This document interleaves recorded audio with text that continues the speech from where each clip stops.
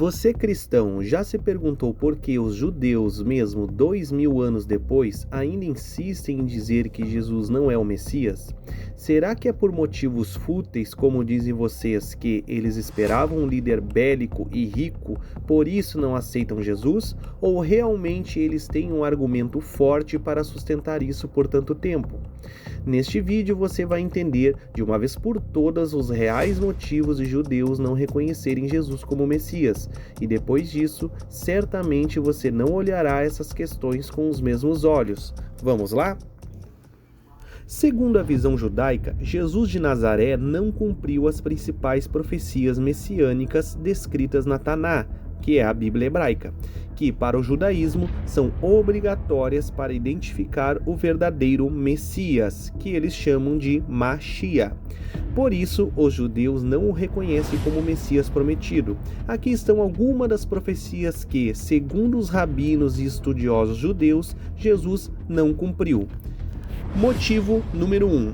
O Messias deve construir o terceiro templo. Isso está na profecia de Ezequiel 37, versículo 26 a 28, e em Isaías, capítulo 2, versículo 2 e 3. A expectativa judaica é que o Messias reconstruirá o terceiro templo. O argumento judaico é que Jesus viveu no segundo templo. O segundo templo foi destruído cerca de 40 anos após a morte de Jesus. Motivo 2. O Messias trará paz mundial. Está na profecia de Isaías 2, versículo 4, em Miqueias 4, versículo 3 e também em Isaías 11, no versículo 6 ao 9. Na expectativa judaica, o mundo estará em paz total, sem guerras nem violência. No argumento judaico, após a morte de Jesus, o mundo continuou em guerras e até Jerusalém foi destruída, portanto, a paz messiânica não se concretizou. E eles dizem que o Messias virá em uma única vez e trará essa paz na sua primeira passagem. Já no cristianismo, promete que é a sua segunda vinda que trará toda essa paz, mas isso não bate com a profecia descrita na Torá. Motivo 3. O Messias reunirá todos os judeus da terra de Israel. Na profecia está escrito em Isaías 43, 5 ao 6, Jeremias 23, do 7 ao 8 e Ezequiel, do 37, do 21 a 22. Na expectativa judaica, todos os judeus da diáspora voltarão a viver em Israel. No argumento judaico, isso não aconteceu na época de Jesus, nem por causa dele. Muito pelo contrário, os judeus ficaram espalhados no mundo todo e foram muito perseguidos aonde quer que eles passavam, por causa do antissemitismo. Motivo 4. O Messias fará com que todos os povos sigam a Torá. Na profecia Isaías 2, versículo 3, Miqueias 4, versículo 2 e Zacarias 14, versículo 9.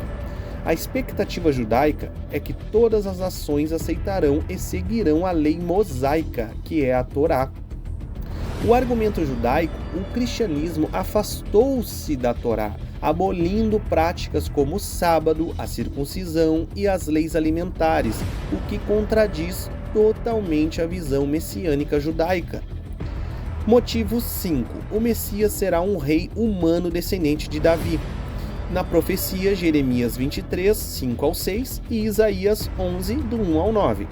Expectativa judaica. Um rei terreno, nascido da linhagem real de Davi, que governará Israel com justiça. No argumento judaico, Jesus não foi rei de Israel, não governou e sua linhagem é questionada, especialmente por não ter pai biológico, segundo a doutrina cristã, que foi nascimento virginal. E mesmo que fosse José, José uma hora é filho de Eli e uma hora é filho de Jacó. A própria genealogia de José não é certeira, tem muita controvérsia ali. Motivo número 6. O Messias trará justiça total e eliminará o mal. Na profecia está em Isaías 11, 4 e Sofonias 3, 13. Expectativa judaica, um tempo sem corrupção, sem maldade ou idolatria. Argumento judaico, o mal continua existindo, mesmo após Jesus, o que mostra que o reinado messiânico prometido não chegou. Então a conclusão aqui: os judeus não rejeitam Jesus por má vontade, mas sim porque ele não cumpriu os critérios objetivos das profecias bíblicas sobre o Messias. Eles aguardam um futuro Messias humano que realizará todos esses eventos de forma clara e literal, não espiritualizada, tudo em uma única vez e sem milagres sobre-humanos. Agora, é claro, você cristão está automaticamente programado para chamar tudo isso de descrição do anticristo, correto? Mas vejamos bem, se coloque na pele de um judeu agora. Imagine que a sua vida inteira você estudou Torá e compreendeu que os requisitos do Messias são esses 6 pontos principais, e do nada aparece uma religião estrangeira, vinda de gregos e romanos, te mostrando o Messias, Deus encarnado, como Jesus, cheio de poderes sobrenaturais, como andar nas águas, voar, curar, etc., trazendo uma mensagem bem agressiva, como chamando você e o seu povo de raça de víboras, sepulcros caiados, filhos do diabo, hipócritas e etc., trazendo mitologias embarcadas como inferno, que é a mitologia grega, trazendo uma mensagem de submissão aos invasores, como os romanos, onde Jesus diz para aceitar agressões e desistir das suas terras e amar seus inimigos, que eram os romanos, e não cumprindo nenhum requisito do Messias esperado. Você se sentiria convencido a aceitar Jesus? Você olha ao seu redor e o seu povo e não encontra nenhuma evidência arqueológica de que Jesus passou por lá. Não há relatos, não há registros primários, absolutamente nada. Tudo o que se tem de Jesus Messias é grego, tardio e cheio de controvérsias na própria narrativa cristã. Um Messias que anulou todas as leis da Torá, mudando a regra do sábado e alterando dizeres de Moisés, Elias e outros. Um Messias que amaldiçoa uma figueira, que é o símbolo do judaísmo. Um Messias que, por causa de sua recusa, causa uma onda de antissemitismo enorme no mundo todo, fazendo os judeus serem até torturados no Holocausto e sofrerem muito na Santa Inquisição, que era romanos forçando a crença na força em Jesus Cristo. Um Messias que prometeu paz, mas que só houve guerra após a sua vinda. Jesus não soa exatamente como o anticristo supostamente agiria?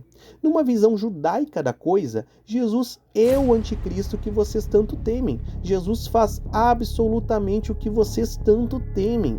Agora veja, vocês cristãos acusam que os judeus serão enganados pelo anticristo, que ele prometerá paz de 3 anos e meio e depois quebrará o acordo.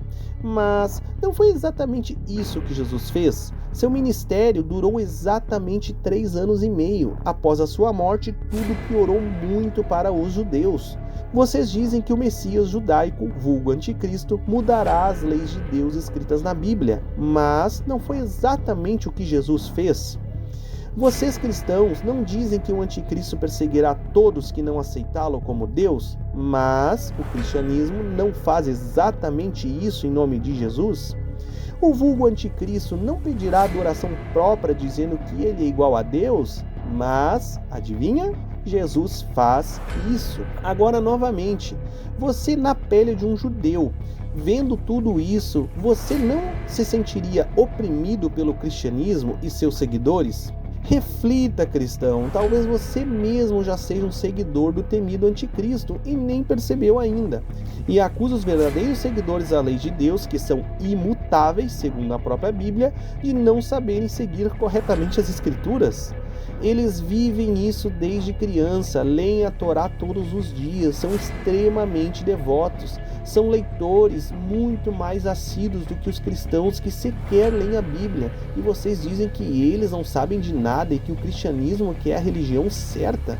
Você sabia que o cristianismo é uma cópia de várias mitologias mais antigas, como Osíris e Horus do Egito e Mitra do Império Romano? Você sabia que todos eles nasceram dia 25 de dezembro, ressuscitaram e tiveram 12 discípulos? Coincidência, né? Como pode, então, depois de tudo isso, você dizer que o Messias judaico é o errado e o seu é o certo? Se questione, abra sua mente. Eu também já fui cristão como você, passei pelo judaísmo, me tornei agnóstico e hoje sou ateu, aqui da página Depois de Crente, e te convido a curtir e comentar. Muito obrigado.